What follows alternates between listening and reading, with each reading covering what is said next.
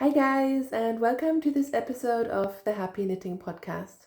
My name is Julia and I'm coming to you from the UK. Today is Friday, the 6th of June 2025. Thank you so much for coming today to watch and listen to me talk about some knitting. It's going to be a short one today. I just have a couple of bits to show you. Most importantly, my FO, which today should still be It needs to be wrapped today and then I'll give it to my mum over the weekend. So essentially, if I wanted to show that to you, I had to film today. So that's what we're doing. So if you have been watching, you won't be surprised. This is my mum's cowl that she sort of commissioned, decided she wanted in exactly these colors over Christmas because she really liked a colorwork cowl of mine in this year in JC Rennie. But she cannot tolerate the wool, so I made her this instead. So the yarn for this is Rico Baby Dream DK, which is a man-made fiber blend. Considering I don't like knitting with acrylic, but this was actually quite nice to knit with. It didn't hurt my hands. It feels nice. And yeah, like considering it's not really my favorite to knit with. I quite enjoyed this project. It just sort of dragged on a little bit. So what I did is I cast on provisionally, I cast on a tube, and then I knit 12 round stripes, except at some point I was running out of yarn, so then it sort of turned into 11 or 12 rounds of stripes, depending on how much yarn I had left. And then here is where I Kitchenered it together in the end, grafted it together I should say, and yeah, I blocked it and I think it's pretty invisible, you can't see a seam. And in terms of the length, I will show you. I used every little bit of yarn that I had. I think by chance got the yarn amount right when I bought the yarn for this, because I bought this yarn in Germany, so it would have been hard to get more of it, but it literally just was enough. I think I had about 5 grams of all the colors combined left over. So look, it's perfect. I think it worked out really well. It feels a little bit heavier than wool would, but all in all, I'm happy with it. It's very soft, so I think my mum will like it. So yeah, I'm going to hopefully wrap it today if I can find something to wrap it in.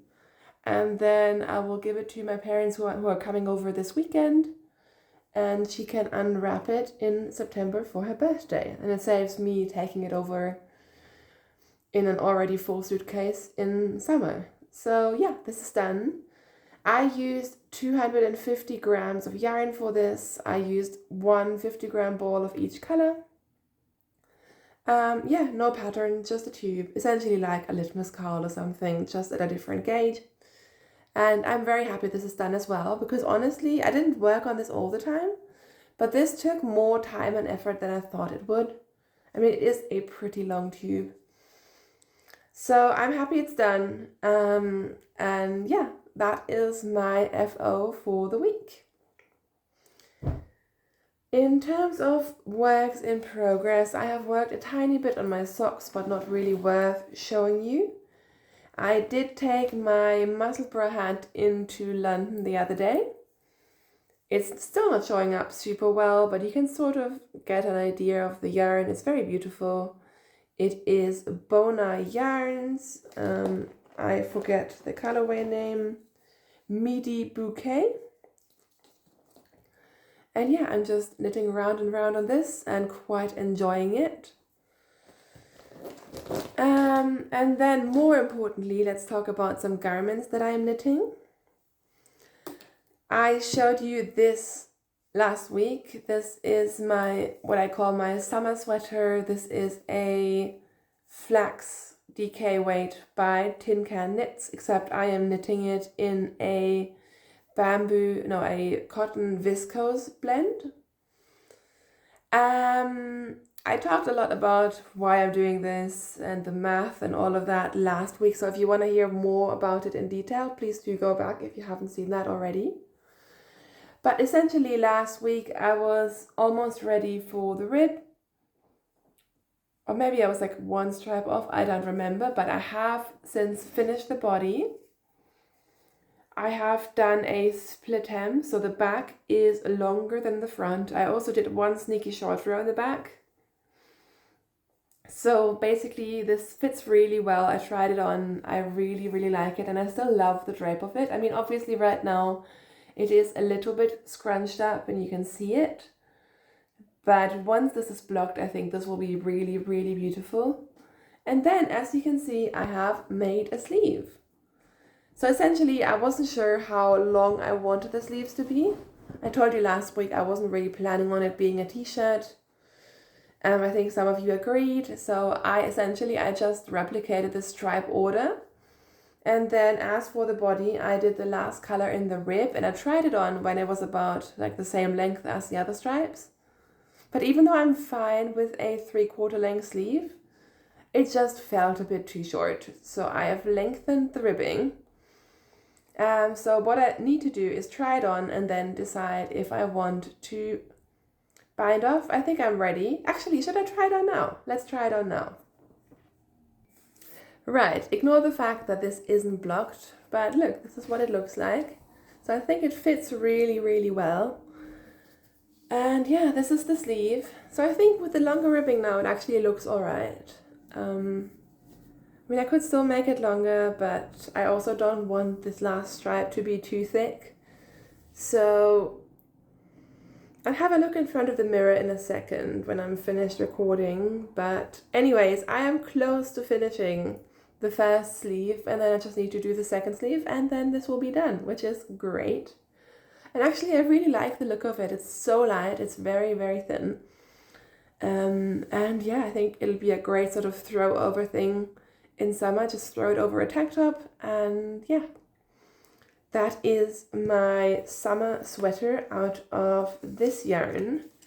This is Lana Grossa Diversa, which, like I said, is a cotton and viscose blend. I have more of some colors and less of the others, but it comes in 50-gram balls, so this is what they sort of look like. And you can see the colors are quite sort of heathered, which I think comes across really nicely in the finished garment as well. So that is my summer sweater, and I might just leave it on because why change again? While I talk about my latest garment cast on, because I told you I was going to, and I did. So I mentioned I have a winter's beach cardigan, which was knit out of Sheepsoft by Laxton's. That's the yarn I couldn't remember last week. And I showed it to you, and I've worn that loads and loads, and I've gotten lots of compliments on it. It really fits nicely, whereas a lot of cardigans, they tend to like fall off the shoulder or just not be exactly right, but that one is. So I decided I want to make another one, and I have. Apologies if you can hear the bin men outside. So this is my second version of the Winter's Beach cardigan. Right, bin men pause over. This is it. As you can see, it is a bottom-up construction. But you essentially do it's not a button band, it's like an open front cardigan. But what would be the button band, you do it as you go. So I really like that construction. It means once you're actually done, you're just done. You don't have to go back and pick up stitches. So the beginning is always a little bit annoying because not only do you cast on a million stitches, you also have to cast them on and then do this ribbing in this very prescribed order so it flows into the cables. And I remember that being a bit tedious from my first time knitting this, but once I got through that, it's actually really, really simple if you enjoy making cables. And I do every now and then. I do remember how slow they are, even though I am doing them without a cable needle, which I can just highly recommend. Learning how to do cables without a cable needle just speeds you up loads and loads. I find the cable needle bit so clunky. But even then, it's just a slow process in the cable rows. But yeah, I am enjoying it, and I do like the look of it. If you watched last episode, you'll know that my last one is like a sort of a dusky grayish pink, if that makes any sense. It's not bright in your face pink, but it is pink. Whereas this is a gray, so I think it will be a nice staple. And obviously I swatched and I am very close to gauge and adjusted the size to get the size that I want. But you swatch in stockinette, so once I had this much knit, I actually put it on top of my existing cardigan, and the measurements line up perfectly. So that is very, very reassuring. And yeah, now I'm just going to knit up the body. I don't think I'm going to add pockets because I tend not to add pockets. I don't really see the need for them in my knitted cardigans. I don't think I would use them. And I don't like how sometimes pockets can be a little bit floppy. And yeah, I'm just gonna make the cardigan instead. But I really, really like it. And the yarn, I'm not sure if you can see, it's got like little tweedy flecks. This yarn has proven to be ridiculously difficult to photograph. But I think on camera it's actually coming across quite nicely. And this is really deep stash as well. I've almost used up my first ball, but I have loads of this yarn, as it turns out. This is a Black Hill Reborn, which is 80% recycled merino, 20% other fibers, which I think are the tweedy neps that hopefully will show up. It is 300 meters to 100 grams, so I guess it's like a sport weight, although I would argue, at least for my type of knitting, it knits up to a DK weight for sure. It's a very sort of woolly yarn, but it's very soft. I think it will pill a little bit. It's not very tightly spun, but I think the structure is actually really beautiful. It sort of reminds me of what's it called, loft, and what are they called? I don't know. You know, the loft and the shelter yarns. It's not exactly the same. They feel drier, whereas this feels a bit more like fluffy, if that makes any sense. But I think the effect is sort of similar, and I think it looks really cool in this cabled pattern. I got this years and years and years ago, before we even moved to the UK. I think it says Black Hill Yarns, but I remember I used to get these yarns from a Danish sort of yarn discounter site called Garnisalg, and I'm sure I'm mispronouncing that. I am sorry.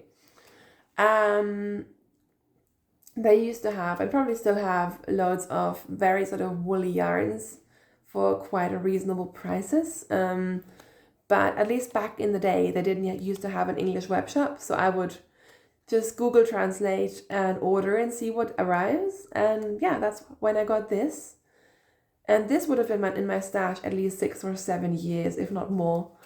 And it's really, really nice. I'm really enjoying this yarn. And I have, hang on, let's see.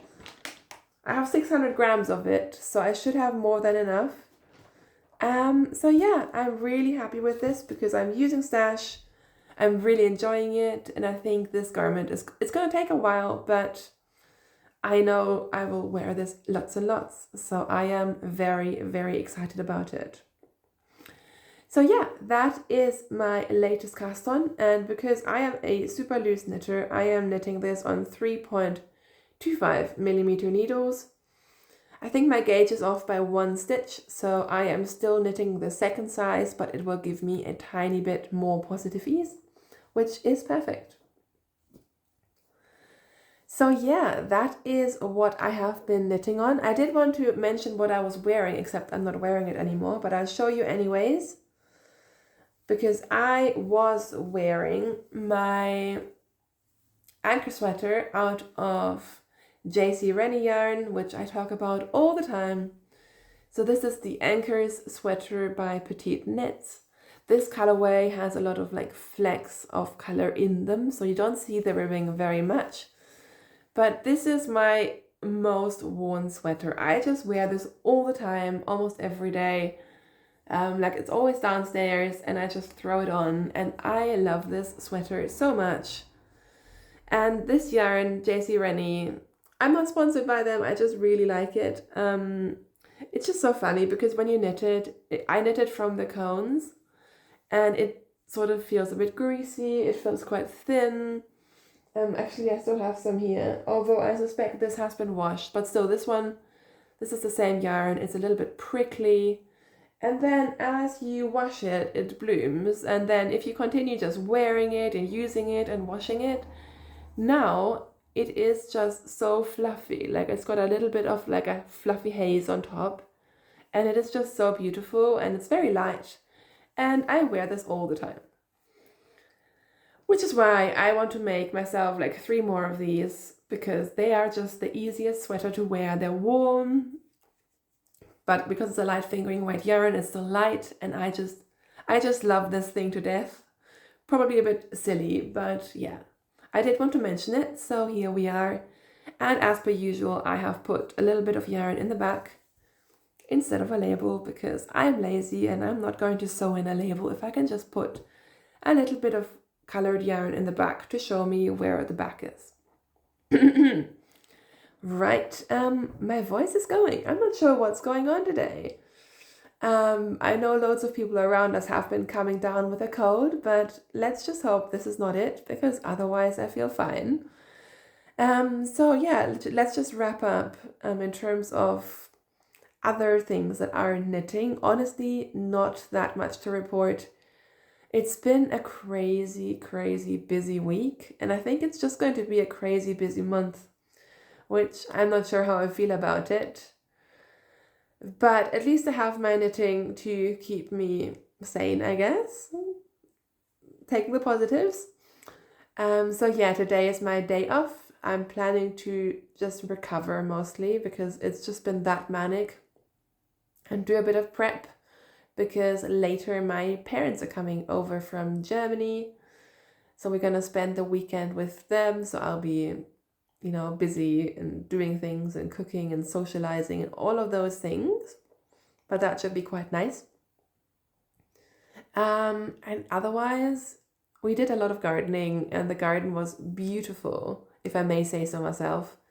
And then it's just been raining and storming for the last 3 days. So now it is not that beautiful anymore, but at least it is very well watered. Thank you, by the way, for everyone who left a comment. I just decided to spontaneously add in some garden footage because I know some people have been asking about it. I should add that I am not a garden person. It's not something that I have been particularly passionate about in the past.